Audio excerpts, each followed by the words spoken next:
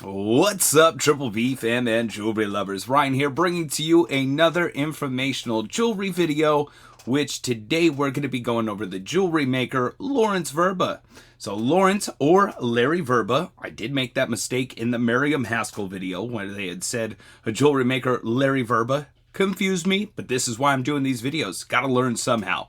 So Lawrence VRBA, aka Larry VRBA, did start working with Miriam Haskell, and we're going to go from start to finish just throughout the transitions on how he got started, where he worked, and we're just going to have some of the background pictures going through eBay listings of some of the highest sold. So not only are we going into the information about him, but also while that's going on visually, you guys can inspect and check out some of the highest VRBA selling pieces that are on eBay today.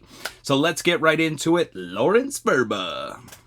Alrighty guys, I just want to start off by saying these are definitely going to be shorter video format style. Again, roughly about 10 minutes long, but be sure to comment down below if you're enjoying this series. I'm going to keep it rocking, again, doing high-end jewelry makers, you know, more of like Monet and Napier as well. So big sellers, little sellers, we're going to be going over them all. And I know I say Monet and Napier, just meaning that their pieces don't go for hundreds of dollars, but more so, I just want to learn what jewelry designers worked for who and everything else like that. So if you're enjoying it, be sure to comment down below. Also, comment your favorite jewelry maker, so that way moving forward, I know who to kind of navigate and work on next. So that way, if you're already here watching, I'll make videos specifically tuned in to you guys.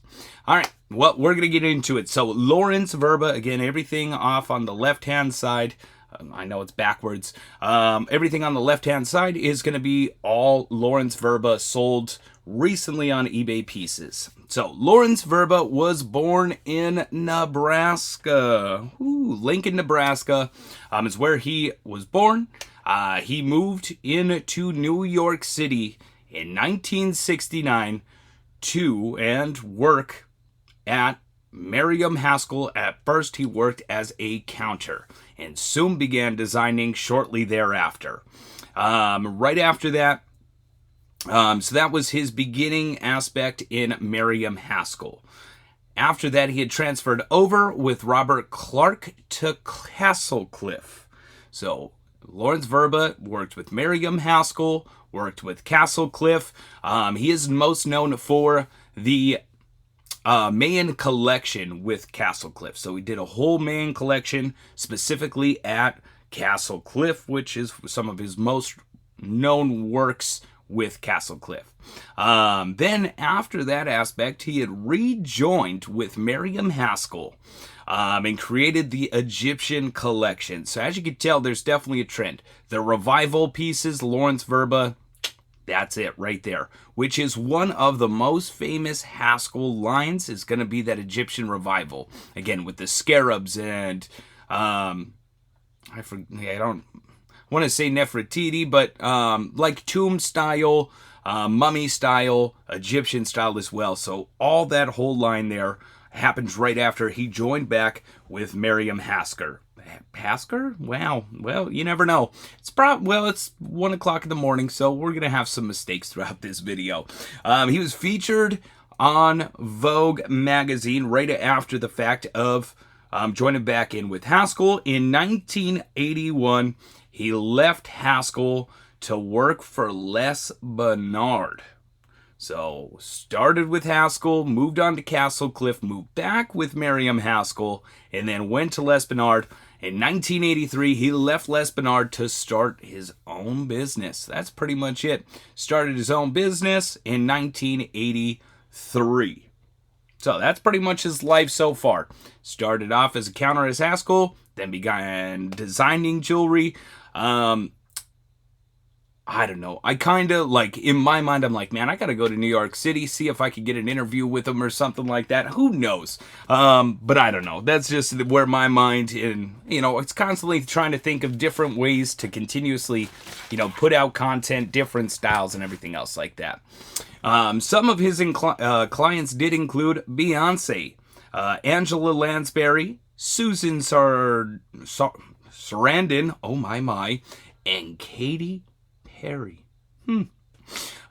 Which is funny because Josie and I, we tend to really like to watch American Idol and Katy Perry. Not only is Katy Perry wearing brooches nonstop, but all of the people competing in American Idol this past season, they were all wearing brooches. I don't know from who or if they were authentic, but anytime we see jewelry in this household, we're always trying to figure it out. So they were all wearing brooches. So I think that one's kind of makes sense. So some of the people that worked for him, it's pretty simplistic. So Chris March and the only other name that I found was Maurice, both known for their solder work, which if you know and you're seeing all those pieces, anything soldered with the swirly style, they are known for their soldering work, and that's pretty much it. Also his assistant, Bertle, that was more so a very close relationship, with him at Miriam Haskell. Bertle, there, I've seen a couple of pictures out there. I don't know if I necessarily want to put those in those videos. I mean, of course I can. Completely up to you guys. Comment down below if you want to see photo. You know, I did find a couple of photos online of him at Miriam Haskell with Bertle, Miriam Haskell workers. And again, so as far as it goes for Lawrence VRBA, started off, working with Miriam Haskell, I feel like as you guys are watching these pieces go through, they have that very identical but very different. With the filigree style backings, with the wirework style, you got large faux Baroque pearls on all of the necklaces. So there's definitely a relationship between VRBA and Miriam Haskell. Now we've had a large, when I tell you the wirework, and I know there's not too many brooches on this, but we've had one, and it was probably yay round. Now, it was a flower, so it did come up as a stem, but then you had the multi-layers, like one back layer of rhinestones. Then you had 2 layers, and then the center layer, and then 2 more layers on top.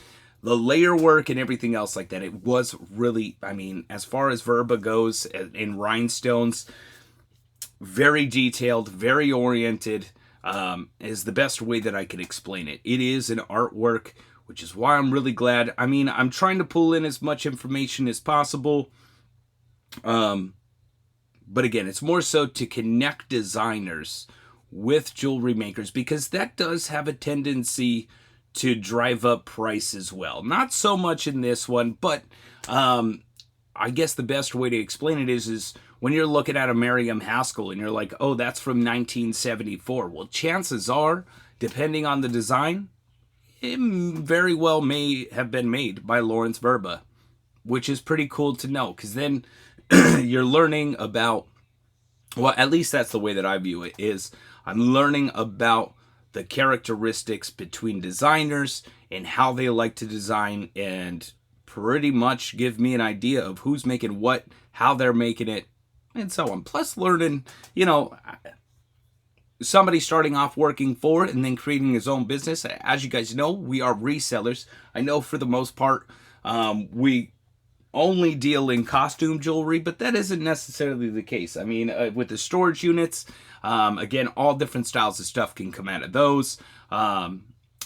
Estate sales, everything else. I mean, we just had a baby, so that kind of took a step back. But yeah, that's Lawrence VRBA in a nutshell right there. And we're just going to keep scanning up the rest of, I would imagine roughly about a minute left of some of the top selling eBay solds of Lawrence VRBA. Alrighty, so I guess I lied a little bit. We went from highest to lowest, which is all good.